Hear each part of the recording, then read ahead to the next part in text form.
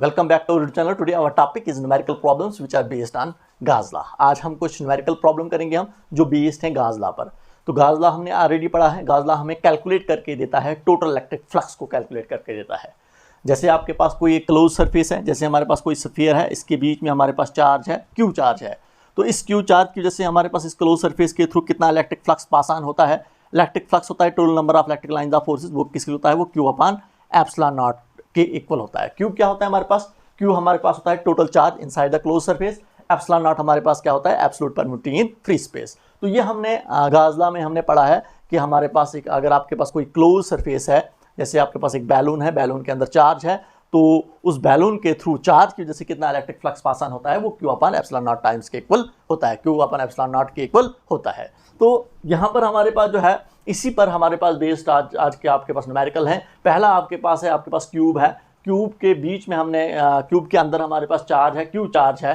तो हमने कैलकुलेट करना है total electric flux through this close surface. जो आपके पास क्लोज सरफेस क्या है, क्यूब है, इस क्यूब के थ्रू कितना इलेक्ट्रिक फ्लक्स बाहर की तरफ निकलता है, वो हमने कैलकुलेट करना है। तो देखिए, हमने ऑलरेडी पढ़ा है कि जो टोटल इलेक्ट्रिक फ्लक्स जो है वो डिपेंड नहीं करता है शेप साइज, उस पर डिपेंड नहीं करता है। जो हमारे पास, जो हम गॉसियन सरफेस बाहर से ड्रा करते हैं, उसके शेप पर डिपेंड नहीं करता है, उसकी शेप कैसी है, समझे आप। जैसे यहाँ पर मैंने स्फेरिकल शेप ड्रा की, यहाँ पर हमारे पास एक, अगर आपके पास चार्ज है, चार्ज के बाहर से हमारे पास जो है, अगर क्यूब है, क्यूब के अंदर हमारे पास चार्ज है, तो यहाँ पर हमारे पास शेप जो हमारे पास जो गॉसियन सरफेस की क्या है, वो आपके पास क्यूब है। तो उस पर डिपेंड नहीं करेगा कि हमारे पास गॉसियन सरफेस की शेप कैसी है, कैसा उसका साइज है, उस पर डिपेंड नहीं करता है। तो इसका मतलब, अगर हम यहाँ पर कैलकुलेट करेंगे total electric flux through this close surface, जो हमारे पास क्यूब है, इस क्यूब के फेसेस के थ्रू कितना total electric flux pass on होता है, तो वो किसके इक्वल होगा, वो हमारे पास जो है टोटल इलेक्ट्रिक फ्लक्स को हम फाई ई से करते हैं, वो किसके इक्वल होता है, वो क्यू अपॉन एप्सिलॉन नॉट के ही इक्वल होगा।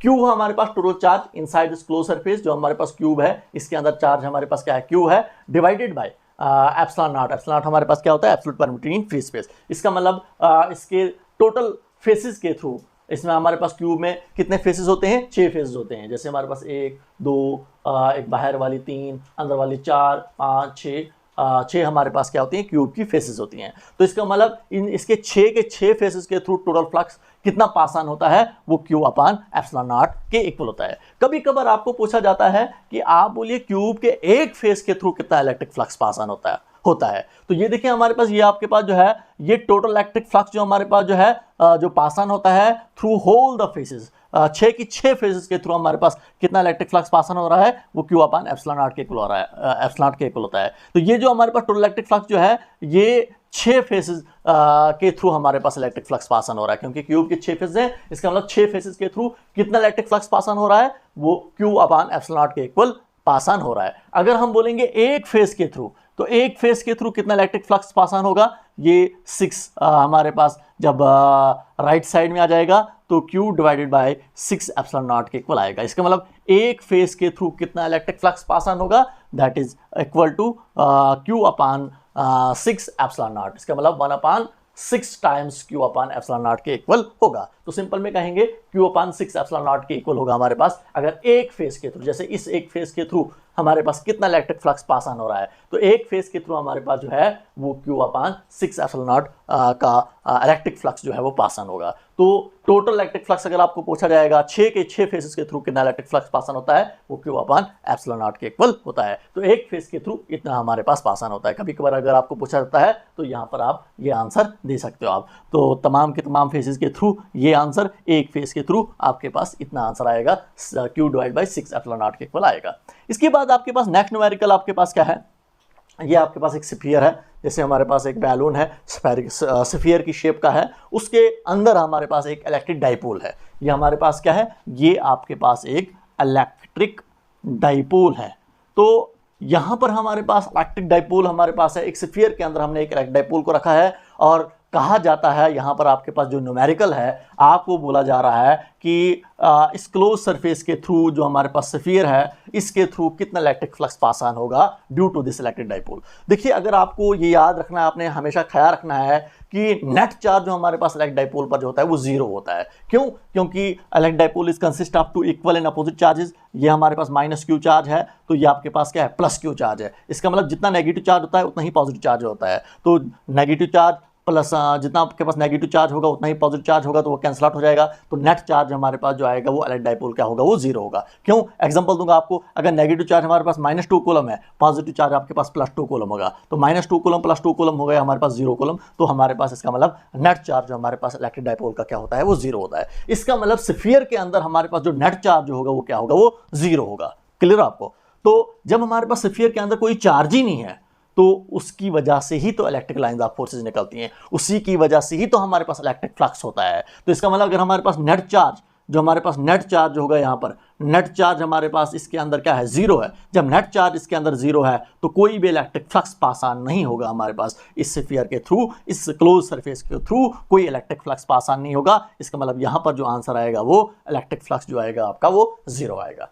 इसके बाद एक और हमारे पास क्वेश्चन जो है, एक आपके पास हेमीस्फीयर है। देखिए इसके ऊपर से ये मैंने ड्रा किया है खुद ही, आपके पास ये यहाँ पर आपके पास हेमीस्फीयर है, इतना ही है। इस हेमीस्फीयर में हमारे पास क्यू चार्ज है, समझे आप, और आपको बोला जा रहा है कि आप टोटल इलेक्ट्रिक फ्लक्स निकालें हमारे पास इस सरफेस के थ्रू। जो हमारे पास सरफेस है इसके थ्रू टोटल इलेक्ट्रिक फ्लक्स कितना पास ऑन होगा, लेकिन आपके पास सिर्फ और सिर्फ हेमीस्फीयर दिया हुआ है, इतना ही आपके पास दिया हुआ है। देखिए इस हेमीस्फीयर का मुझे स्फीयर ड्रा करना पड़ेगा, क्योंकि गाशन सरफेस तो मुझे ड्रा करनी पड़ेगी। गाशन सरफेस कौन सी सरफेस होती है, क्लोज सरफेस। चार्ज उसके अंदर आना चाहिए, समझे आप। अगर हमारे पास अगर ये क्योंकि आपके पास अगर हेमीस्फीयर है तो हेमीस्फीयर है हमारे पास, इसका मतलब यहाँ पर आपके पास गाशन सरफेस कंप्लीट नहीं बन रही है। तो इसका मतलब इसके बाहर से मैं ये खुद ही मैंने ड्रा किया है, ये हमारे पास एक कंप्लीट सरफेस बन गई। अब आपके पास क्लोज सरफेस आ गई, चार्ज हमारे पास इस क्लोज सरफेस के अंदर आ गया। तो इसका मतलब चार्ज कितना है आपके पास, क्यू है।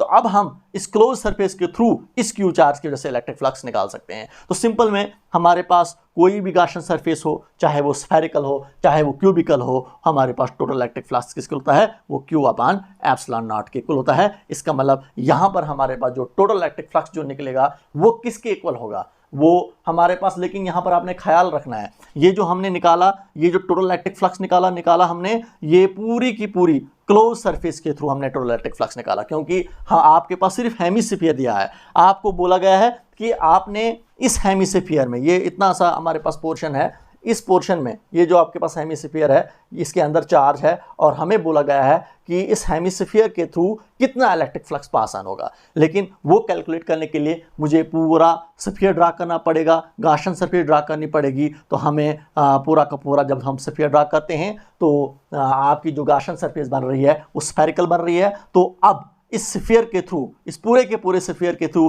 टोटल इलेक्ट्रिक फ्लक्स कितना पास ऑन हो रहा है, वो Q upon epsilon not pass on हो रहा है। लेकिन ये हमारे पास जो है ये पूरे के पूरे स्फीयर के थ्रू टोटल इलेक्ट्रिक फ्लक्स जो आ रहा है वो Q अपान एप्सिलॉन नॉट आ रहा है।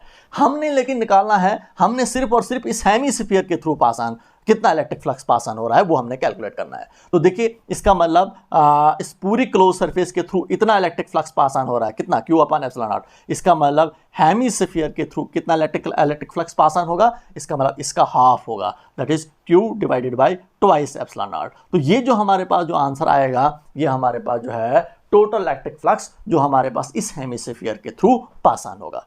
क्लियर आपको? ऊपर वाले पोर्शन को आप काट लो, इसका मतलब इस नीचे वाला जो हमारे पास जो हेमीस्फीयर है इसके थ्रू कितना इलेक्ट्रिक फ्लक्स पास ऑन होगा, that is Q divided bye twice epsilon not.